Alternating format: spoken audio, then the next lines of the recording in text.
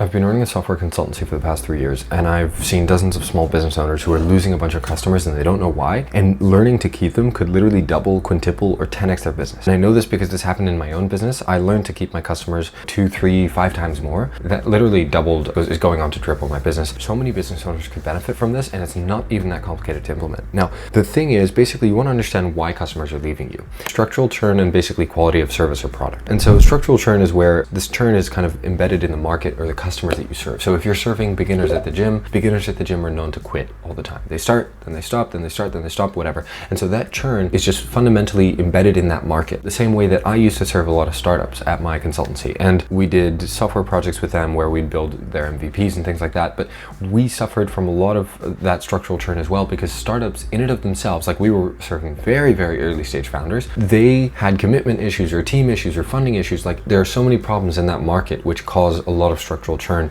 which made it very hard to retain them for a super long time. When you have structural churn, you need to figure out whether that is the client base that you want to serve. If you're okay with constantly churning customers and getting new ones, if that is just the way that your business works, and that's perfectly all right with you, then you can keep doing that. That's okay.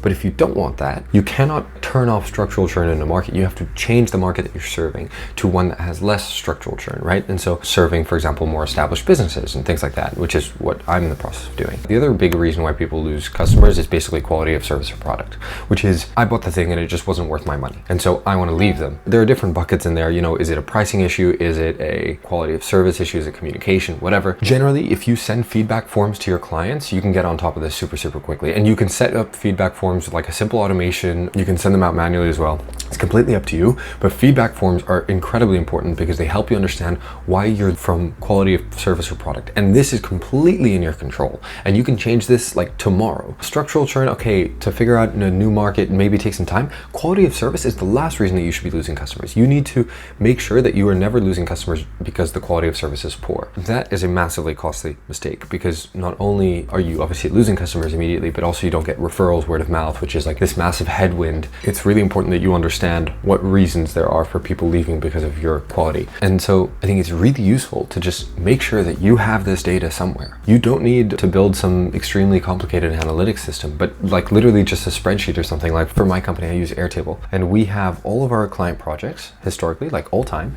and we have the reason that they churned. We have their gross profit margins as well, which is really, really useful to understand which customers are more profitable. When you understand which drive more profit and more revenue, you can double down on that segment of customers. Let's say take the top 10% where you made maybe 50% of your money, make that 100% of your customers, and you're going to get way further, right? And so that shift takes time, but if you don't have the data, you don't even know in the first place. And this feels really obvious to me because I think I've been doing it and trying to implement this for like a year now.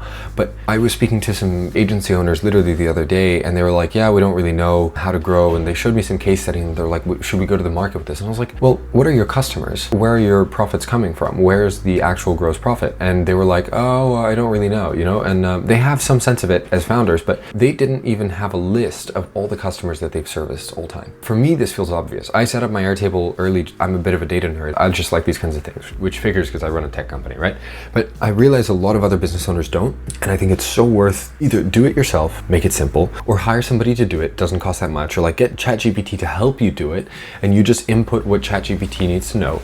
Well, you can do a free tech workshop with us. We do these entirely for free, and we just help businesses kind of like make a roadmap on how to implement these things. You can ask some like developer friend of yours. A lot of people, Joe Schmo, who's a bit more technical, and you can ask, hey, how do I set this thing up? And then just help me walk me through it like in half hour, 60 minutes, whatever. But just sit down and take some time to do this. You will not regret it because it will give you so much more visibility about the decisions that you need to make around your product, around your service, and that right customer base that stays with you for a long time makes building your business so much easier.